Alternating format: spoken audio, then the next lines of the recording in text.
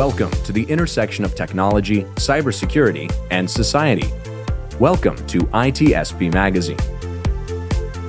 You're listening to a new Redefining Security podcast. Have you ever thought that we are selling cybersecurity insincerely, buying it indiscriminately, and deploying it ineffectively? Perhaps we are. So let's look at how we can organize a successful InfoSec program that integrates people, process, technology, and culture to drive growth and protect business value. Knowledge is power, now more than ever. Imperva is the cybersecurity leader whose mission is to protect data and all paths to it with a suite of integrated application and data security solutions. Learn more at imperva.com. EdgeScan offers continuous vulnerability intelligence as a service, accurately identifying vulnerabilities and exposures across the full stack. All threats are verified by cybersecurity experts, providing exploitable risk and remediation guidance, virtually false positive free. Learn more at edgescan.com.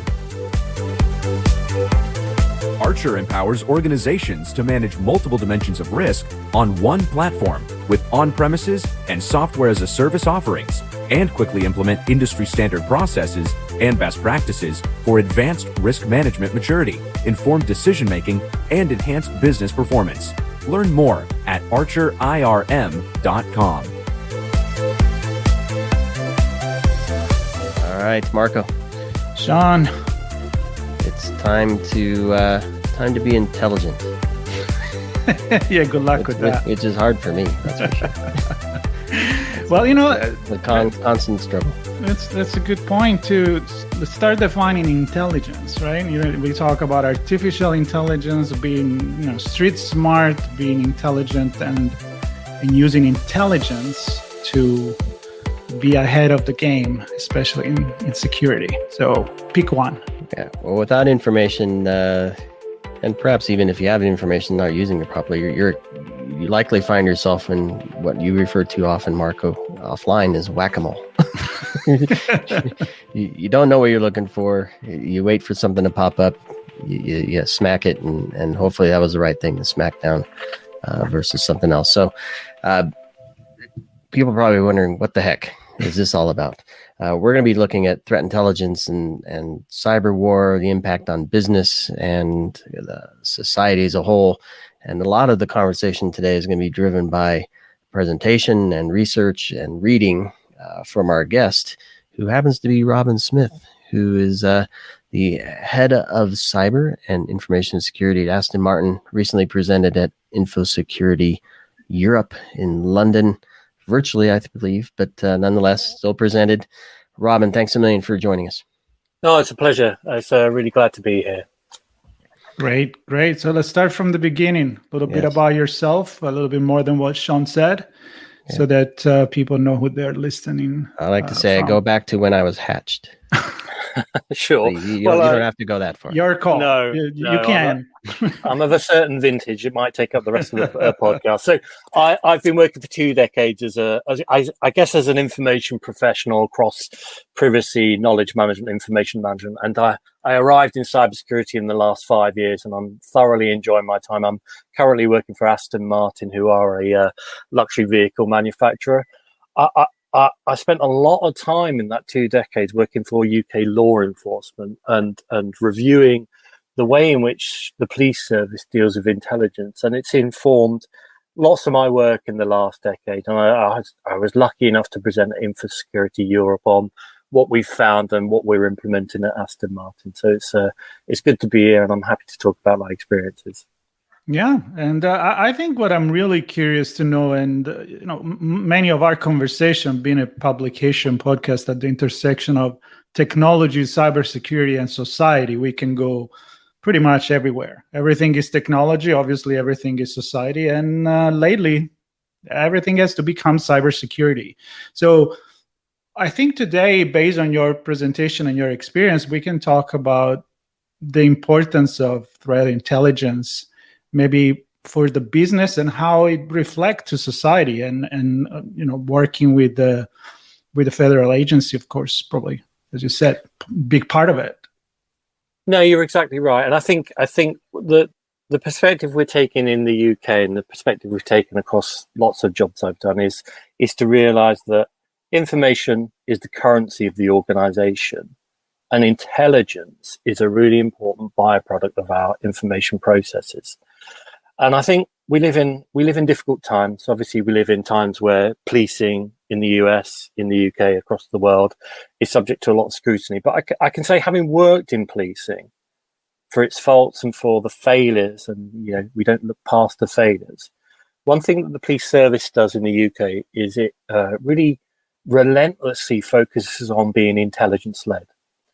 So where you have an organisation that has finite resources, a near infinite demand for crime in the UK, or a near infinite perception of crime, the UK police service and individual forces use intelligence really well, and they use it in a way that has informed my approach to working in nuclear, automotive, and academia, to say, well, what the police do well could be transposed to other organisations, and what the police do really well in terms of generating intelligence and insight to drive activity should be integrated in the way in which cyber practitioners are working. And that's really the jumping off point for my work with Aston Martin. And Robin, is it, because I would agree, because it makes perfect sense.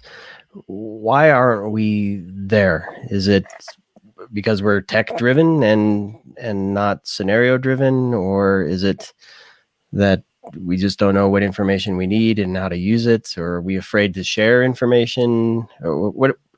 How did the police environment end up there, and why can't cybersecurity, assuming it isn't there? Well, I think Evgeny Morozov summarized it really well, which is we have tech solutionists, and we have a generation or 2 decades, 3 decades of people that have seen the velocity of technology really kind of moving ahead at rapid pace. And we do get the new tools, the new techniques, and the new ways of working that are kind of transformative, from the web to mobile devices to the Internet of Things. That speed, that accelerationism of technology is exciting and it's seductive, but it's not always married to the way in which we should implement them, in a fully realized fashion. You might implement one business process technology tool and it be replaced by another one immediately, and you're not getting the maturity around process management that you might see. Now, contrast that with UK policing, that is, it has its innovations with regard to technology, but it has a 200-year history of being process orientated, much like many other police forces, and it has a 200-year history of trying to work out what's right. It focuses on problems, it focuses on issues, it focuses on resources. Now, it makes great use of technological innovation, but it marries that technological innovation to a problem-orientated approach to the organization. And I think that's where that differs to maybe newer organizations, startups, international corporations, because it is seductive to use cutting-edge technology. Of course it is. There's nothing like novelty. Our brains are wired to seek out novelty. Where the police service of the UK has done really well is to maintain a problem-orientated approach and to develop models and techniques that we're starting now to fuse with excellent technology, XDR and MDR. And we'll talk about that as the session goes through. So I think it's a matter of perspective.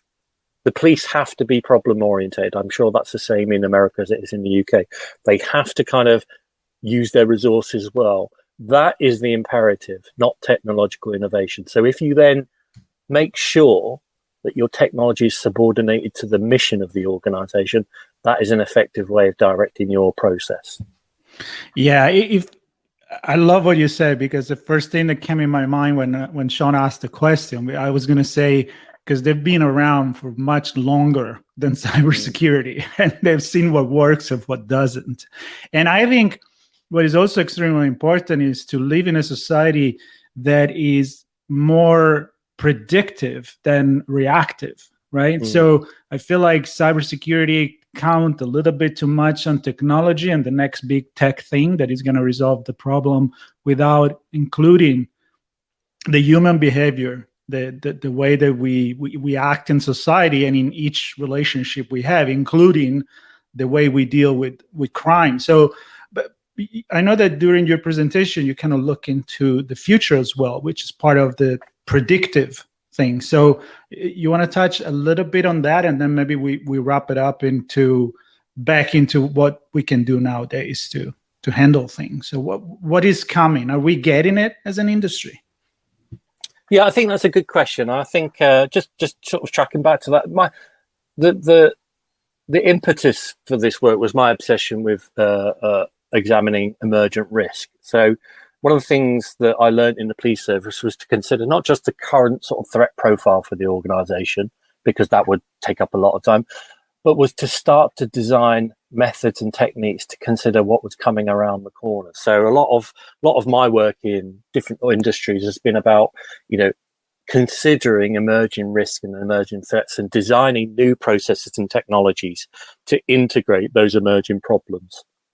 And I think that has informed how we kind of adapt and adopt processes. So we can say, let's not just design for the problems we face now. Let's have a look at the edge of the industry. Let's have a look at the edge of the wave of technology to consider how cyber criminals, who are infinitely innovative when it comes to new technologies and exploiting new protocols, look at the way they've adapted to the COVID-19 pandemic. I remember having a conversation which was, will we see a surge in cyber criminality under COVID-19, or will, the cyber criminals take 18 months off like the rest of us? Well, boy, did we see a surge. I think there were some recent studies by Checkpoint Research where we saw a 168% surge in criminality year on year in the Asia Pacific area. And that spoke to the malicious innovation of cyber criminals. So when we are dealing with an asymmetric threat that is, industrialized cyber criminality or cybercrime as a service, it's ridiculous that we don't start to design our processes to combat that problem. And that's really what I've been focusing on, which is we can deal with today's threats, we can be problem orientated, but the smart organization will start to consider the threat horizon. We'll start to kind of use design processes to integrate planning and adaptation. And really a principle is agility. Of course, we want to defend against that surge that we've seen in ransomware, but there is recent research by SOFA saying that maybe we've seen the actual peak of the ransomware threat, and maybe cyber criminals are now pivoting into different exploits, such as cryptocurrency threats or the use of downloaders, which are kind of dogging the finance industry at the moment. So that malicious innovation needs to be mirrored in our approach to, cyber criminals always adapt and adopt new ways of working. We need to have the same approach. And Robin, I want your thoughts on this, and because we're asking, as I'm picturing this in my head, there's the police force, and there may be many department or different police units, depending on where we're talking about country-wise. Either they work together or independently, but there is a police force. They are dedicated to identifying and fighting crime driven by human behavior that may happen to use technology. We look inside a business. Cybersecurity, information security is a department within the business where their focus is about making money, bringing products to market faster, building market share, and having great customer satisfaction that oftentimes puts risk exposure there and doesn't take into account very often. Are we asking too much of the business to have their own police department inside, or should we be looking to things like the ISACs and the NCSCs to kind of provide a service to help companies? No, that's fascinating. I hadn't really considered that way because I'm steeped in this kind of these law enforcement principles. But I think ultimately that question is about risk. And there's this idea that risk is simply conceived in negative terms, which is what's the risk of doing this? How much is it going to cost the bottom line? Is it going to affect for Aston Martin, how many cars we're going to sell? But Anthony Giddens, who's a British sociologist, is a really interesting guy. He said there are two conceptions of risk. It isn't just about negative risk taken to be defensive, to deal with threats, to try and remediate problems.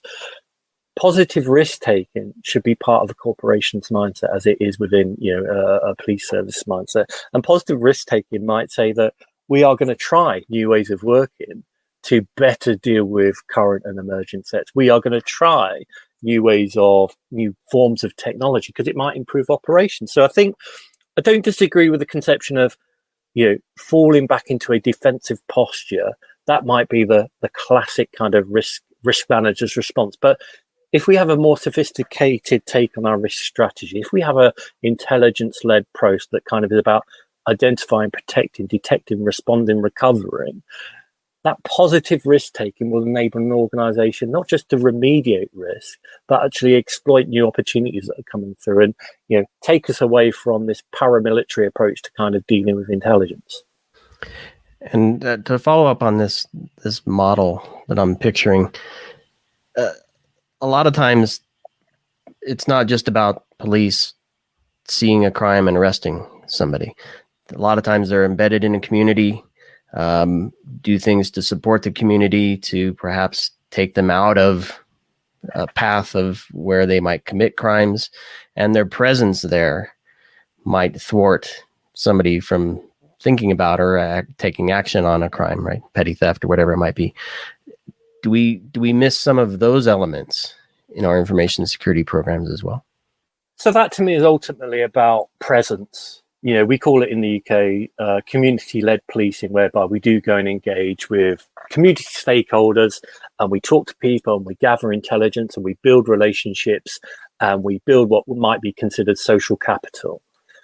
Not to stretch the metaphor, but why isn't that different to what a cybersecurity practitioner should be doing in an organization, which is floor walking, seeing problems with their own eyes, having conversations, collaborating with different services rather than existing in an ivory tower. We don't want to kind of overstate the kind of parallels with police. And that's not really the point. The point is to say policing is intelligence-led, it's engaged with stakeholders, and it builds capital.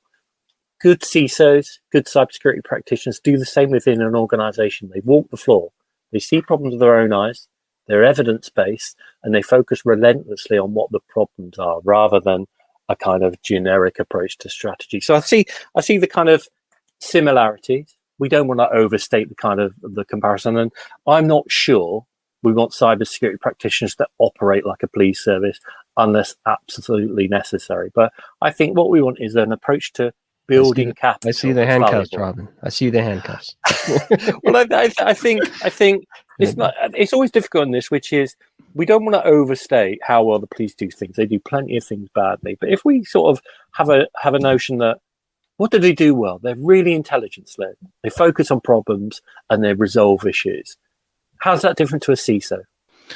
I like that concept that you're saying about the importance of the positive view of risk, because this industry has just been going on and on with fears, and you don't know enough.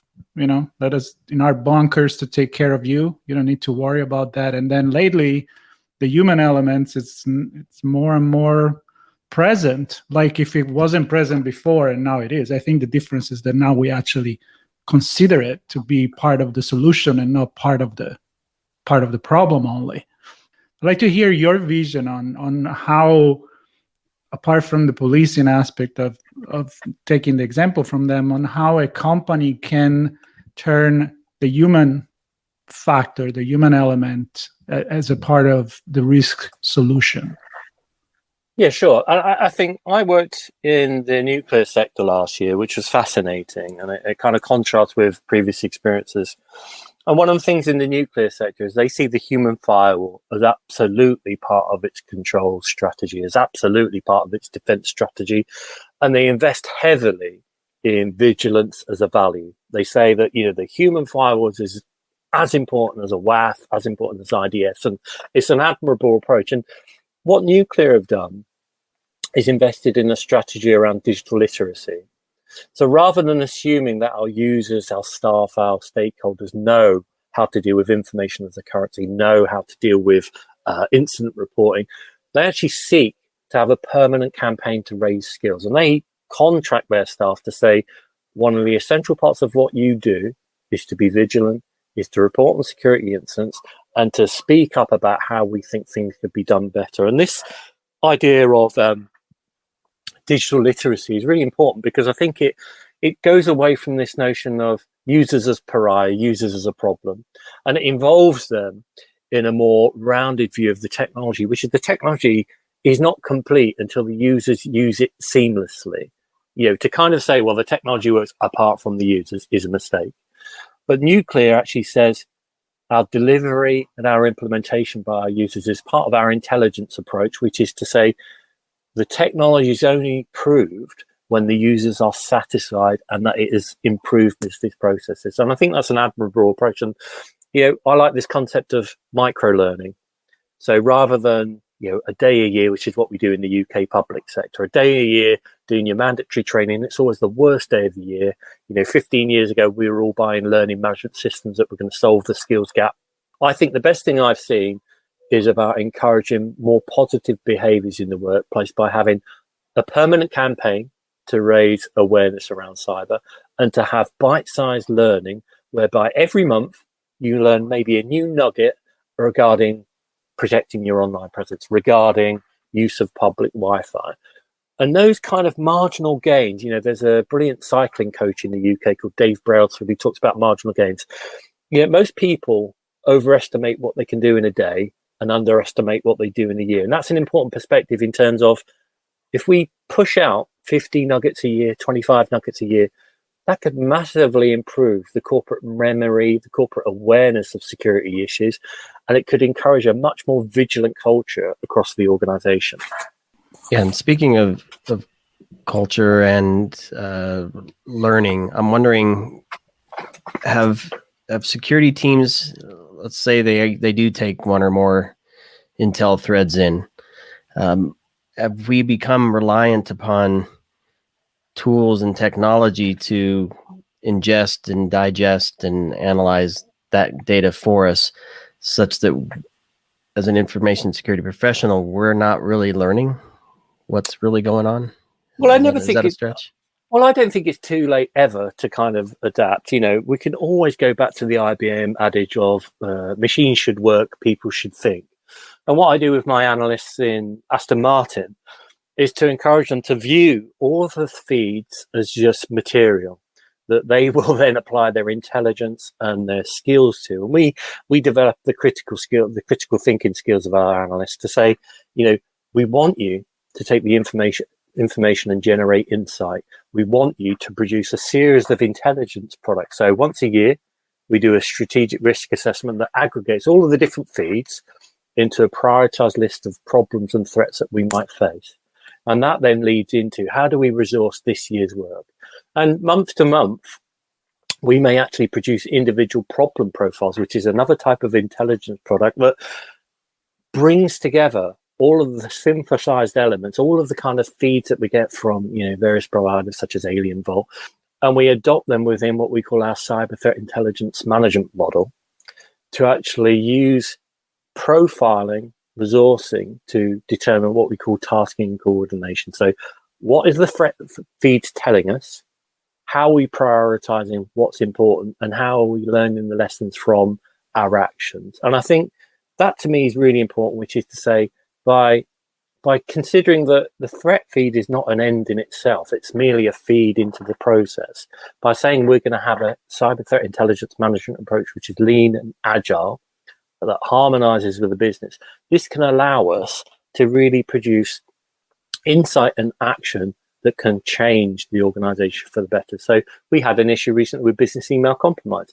It came into tasking coordination. There was a problem profile. We assigned the appropriate resources towards it, and we massively reduced business email compromise as a threat. And that's the way that CTIM should work. It should focus relentlessly on the priorities and problems and give us action and insight that enables us to change the organization. Yeah, I love that you brought this example. I was actually going to ask you probably for one. And this brings us to the value of security, what Sean and I call the business of security, and how a large corporation like Aston Martin can embrace and realize that it has a brand value. It has a not just brand value; it has a lot of value when you're protected. And what could you? And you probably have done it during your presentation. What could you teach, like give some tips to other businesses that want to implement that and really start looking at the business not as a cost, but as an investment? Yeah, I mean, I think that's a brilliant insight in terms of the dimensions to value, because I think it's reductive just to only talk about the cost of cybersecurity. You know, we've all seen the figures. It costs $1.5 million to remediate the incident. It costs, you know, several £100,000 to pay ransomware or double ransomware. And I think whilst businesses consume that kind of easy headline really well, it doesn't reflect the different values that might be affected by good cybercrime, good cybersecurity within an organization. And it doesn't reflect the kind of array of costs that arise from bad cybersecurity. Grant Asplund was telling me recently that organizations that have multiple data breaches then have trouble getting credit in the market. And that's an unintended consequence, which I think is really interesting, which is it isn't just the immediate cost, it's the long-term credit issue. For me, I wrote a book 10 years ago called the Lean Information Management Toolkit.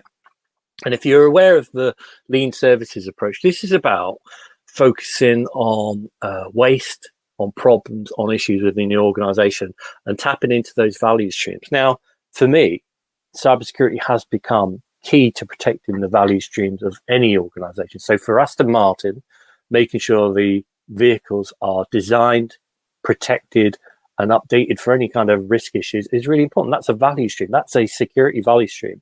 So if we have a mindset towards cybersecurity that is predicated not just on the financial cost, but on the value that can be amplified by better security, that's a really important sort of move forward for the organization and for the industry. And I think I'm a real advocate for lean cybersecurity, because I think I've said this at several conferences. Boards don't want to put up with major mega hacks that lead to millions of pounds of loss from the bottom line, from reputational damage.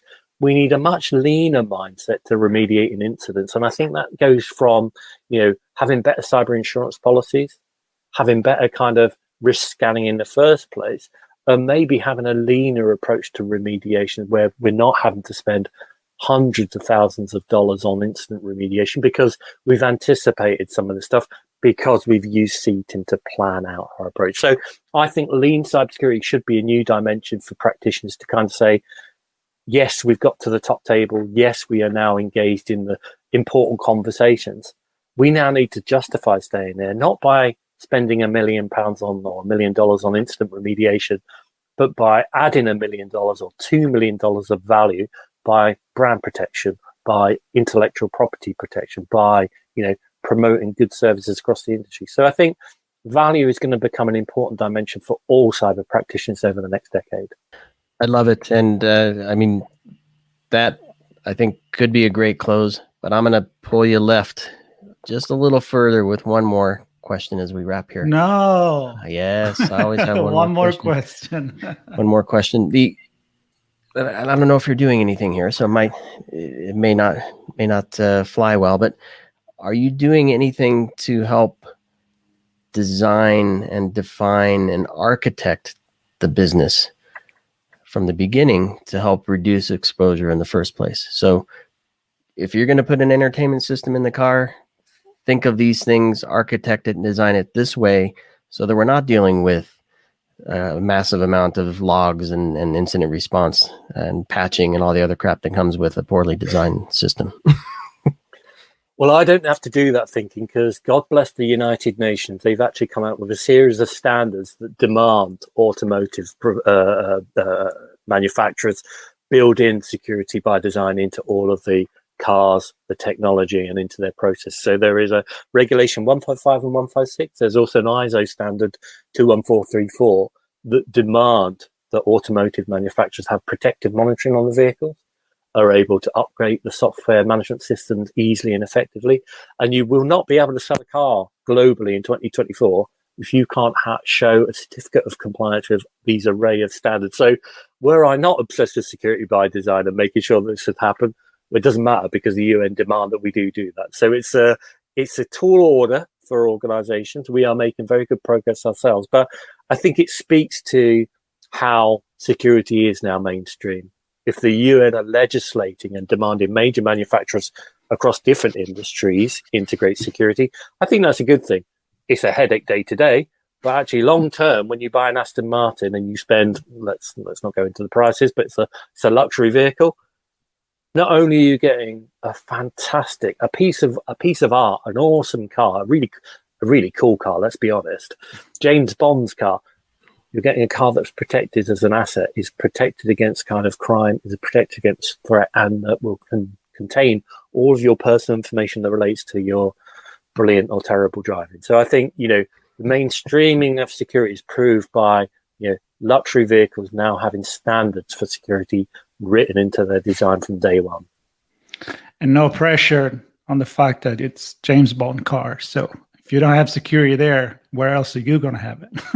No Time to Die comes out October, hopefully. So you'll see a beautiful Aston Martin in there. I'm not a petrol head, but they are works of art. They are beautiful vehicles. I'm really proud to work here. Absolutely. And I think to close these, and thank you for this really eye-opener conversation for many things, and I love your approach to intelligence and, of course, prevention and many things, but also the fact that there is this value, and the fact that maybe the car industry with this regulation could lead into other standard in any other product, IoT, IoT products in our society, instead of, on one side, you want to leave the companies and the market to take care of it. In another case, it's not a bad thing if you kind of push it because it's a good thing for society.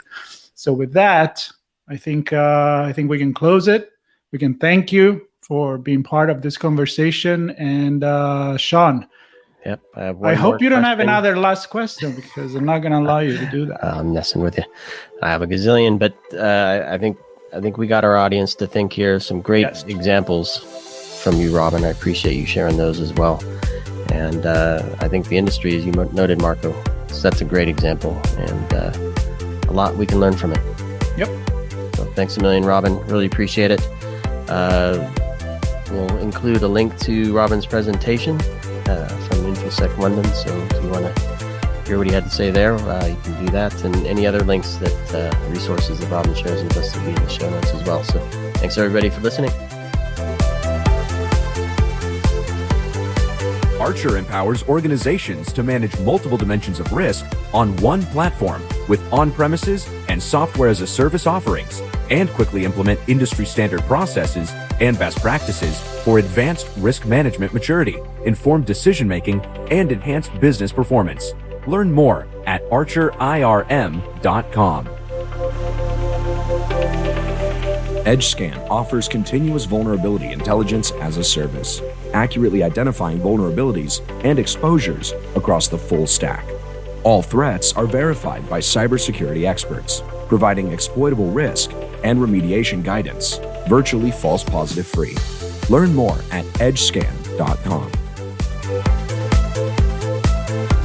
Imperva is the cybersecurity leader whose mission is to protect data and all paths to it with a suite of integrated application and data security solutions. Learn more at imperva.com. We hope you enjoyed this episode of Redefining Security podcast. If you learned something new and this podcast made you think, then share itspmagazine.com with your friends, family, and colleagues. If you represent a company and wish to associate your brand with our conversations, sponsor one or more of our podcast channels. We hope you will come back for more stories and follow us on our journey. You can always find us at the intersection of technology, cybersecurity, and society.